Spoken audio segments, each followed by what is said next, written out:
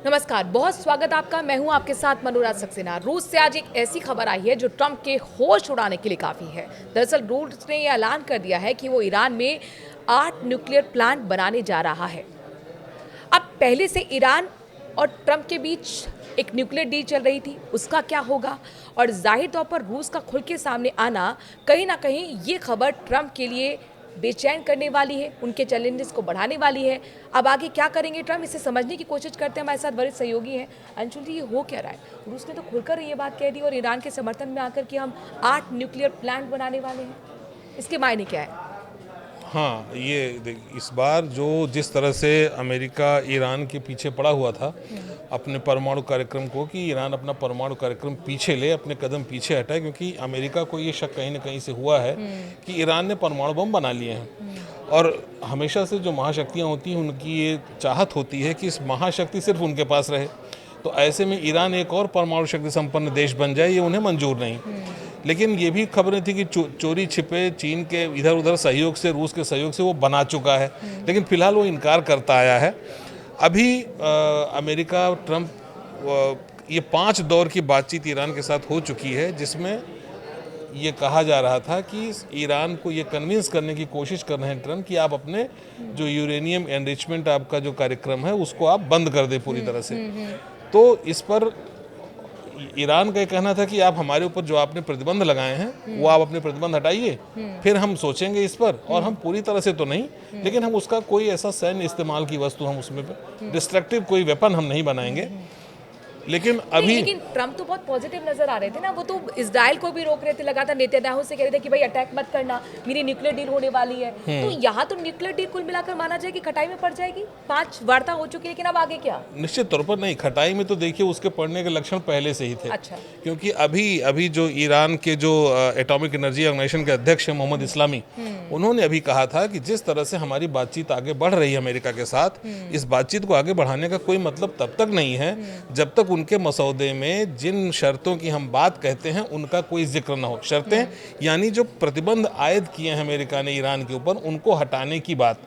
तो अमेरिका ये बात तो उससे कह रहा है, अमेरिका ईरान से ये चाह रहा है कि वो अपने परमाणु कार्यक्रम को बंद कर दे, लेकिन ये नहीं कह रहा है कि जो आपने शर्त रखी थी कि हम आपके ऊपर लगाए गए प्रतिबंधों को हटाएंगे, उन पर वो कोई बात नहीं करना चाहता। तो इसको लेकर ईरान पहले से दुविधा में है, और इसीलिए 5 दौर की वार्ता अब तक सफल न होने का कारण और क्या हो सकता है कि अमेरिका सिर्फ अपनी शर्तों को मनवाना चाहता है, दूसरे की शर्तें वो मानना नहीं चाहता। तो ये बात लेकर के जिसको तो खटाई में वैसे भी पड़ना था। और ये जो रूस ने जो नया ऐलान किया है, ये 8, अभी देखिए वही मोहम्मद इस्लामी ने कहा कि ये डील हमारी पुरानी है और इसको अमल में अब लाया जा रहा है। हालांकि उन्होंने कवर अप किया उसको, इस बात को। और 8 न्यूक्लियर प्लांट, अभी वहाँ जो बुशहर प्लांट है, इकलौता प्लांट ईरान का जो है बुशहर प्लांट, वो भी रूस का ही बनाया हुआ है। लेकिन अभी उसका ये है कि इस्तेमाल उसका जो एनर्जी सोर्स के लिए उसका हो रहा है, पॉजिटिव एनर्जी जिस तरह से है, उसका कोई ऐसा डिस्ट्रक्टिव कोई ऐसा इस्तेमाल नहीं हो रहा है। लेकिन आने वाले दिनों में जब यूरेनियम संवर्धन होगा ही, तो इसका इस्तेमाल किसी भी डायरेक्शन में घूम सकता है। और फिर सिर्फ अमेरिका के कहने से, उसकी शर्तों पर, उसने आपकी दादागिरी है, आप जिसको चाहें आप कहते हैं कि आप अपना परमाणु कार्यक्रम बंद कर लें, और हमसे हमारी जो अपेक्षाएं छोटी सी हैं कि आप हमारे ऊपर लगाए हुए प्रतिबंध समाप्त कर लें, इसके लिए आप राजी नहीं हैं। तो ऐसी तो स्थिति बड़ी। अच्छा, रूस को आप क्या कहेंगे कि रूस वैसे ही यूक्रेन से 2-2 हाथ करे बैठा है। पिछले 3 साल से यहाँ पर युद्ध चल रहा है। ट्रम्प लगातार कहते हैं रूस से कि भाई रोक दीजिए युद्ध, वो सुनने को तैयार नहीं है। क्रेजी बॉय तक उन्होंने कह दिया था पुतिन को। लेकिन अब रूस ने एक और टेंशन यहाँ पर दे दी कि ईरान की मदद कर रहे हैं 8 न्यूक्लियर प्लांट बनाने के लिए। जो अंतर्राष्ट्रीय जो शक्ति संतुलन की जो स्थिति होती है, उसमें देखिए ये दोनों 2 ध्रुव हैं। रूस एक ध्रुव है, दूसरा ध्रुव है अमेरिका। इससे कोई इनकार कैसे भी करना चाहे कर नहीं सकता।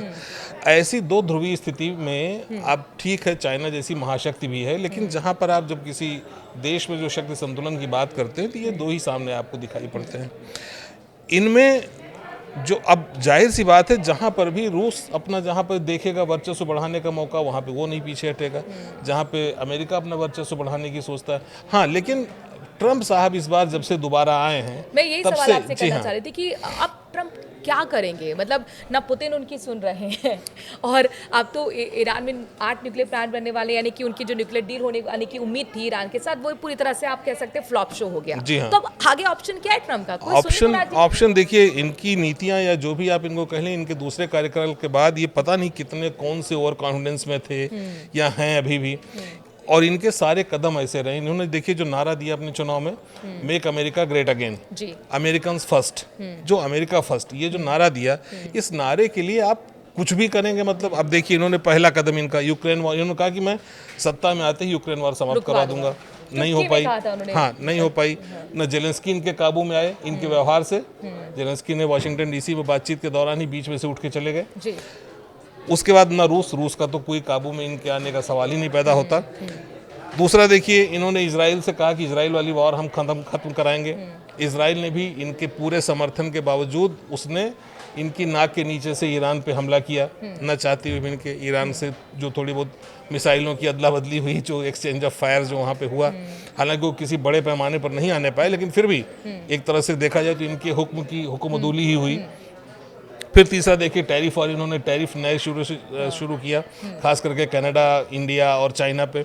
चाइना के केस में भी इनको वो टैरिफ का हिसाब 140% तक जहाँ इन्होंने बढ़ा तो उसको 30% पे घटा के लाना पड़ा। और सबको 90 दिन देश में प्रदर्शन होने जी लगे हाँ, थे टैरिफ वॉर की वजह जी हाँ, से। 90 दिन का इन्होंने उस पर फिर एक वेवर भी दिया। इसके बाद देखिए, एलन मस्क, जो इनके चुनाव में कहा जाता है कि $200 मिलियन से दोस्त थे, और एक बहुत बड़ी सहायता आर्थिक और सारी चीज़ों से इनके पूरे चुनाव कैंपेन में साथ में रहे, मंच शेयर कर रहे थे, उनके साथ इनका नहीं जम पाया, विरोध हुआ। हार्वर्ड पर जिस तरह से इन्होंने सैंक्शंस लगाए, वो देखिए वो भी बैकफायर ही कर रही है चीज़ इनको। इसके अलावा अप्रवासियों के मुद्दे पे देखिए, अभी आज की वर्तमान स्थिति में जिस तरह से लॉस एंजलिस और दूसरे इलाकों में जितने विरोध प्रदर्शन, जितने हिंसक विरोध प्रदर्शन हो रहे हैं, जिस तरह से आगजनी हो रही है, बिल्कुल बिल्कुल, और जिस तरह से आगजनी हो रही है, और दुनिया भर के तमाम सारे देशों में इनके ऐसे फैसलों के ऊपर इनकी लानत मलामत हो रही है। अब इधर देखिए, इसके बाद ये 7वां, एक तरह से अगर गिनती ऐसी मोटे मोटे तौर पे करें तो ये 7वां और इनका जो प्रमुख इशू था ईरान के साथ। हाँ, इतने 5 महीने का जो इनका, हाँ, महीने भी नहीं हुए, जो इनकी परमाणु समझौते के ऊपर जो लेकर के बात हो रही थी, हाँ, ये इनका 7वां फेलियर। तो ऐसे मतलब हर मुद्दे पर इनका, जिस तरह से इनके एक, अब इसको चूंकि एक बहुत बड़े देश के और वो एक सम्मानित पद पर हैं, संवैधानिक पद पर हैं, वरना क्या कहा जाए। चलिए, अब देखना होगा कुल मिलाकर कि जिस तरीके से रूस ने कहा है कि ईरान में जाकर वो 8 न्यूक्लियर प्लांट बनाएगा, इस पर क्या प्रतिक्रिया ट्रंप की आती है। लेकिन कुल मिलाकर ये जो खबर है, ये ट्रंप के होश उड़ाने वाली है और झटका देने से कम नहीं है। आखिरकार आप क्या सोचते हैं, ट्रंप अगला कदम क्या उठाएंगे? कमेंट के जरिए राय हमें ज़रूर दीजिए। और रूस ने जिस तरीके से ईरान को लेकर ये ऐलान किया है, इसको लेकर भी आप क्या सोचते हैं? आपकी प्रतिक्रिया का हमें इंतज़ार रहेगा। नमस्कार। नमस्कार।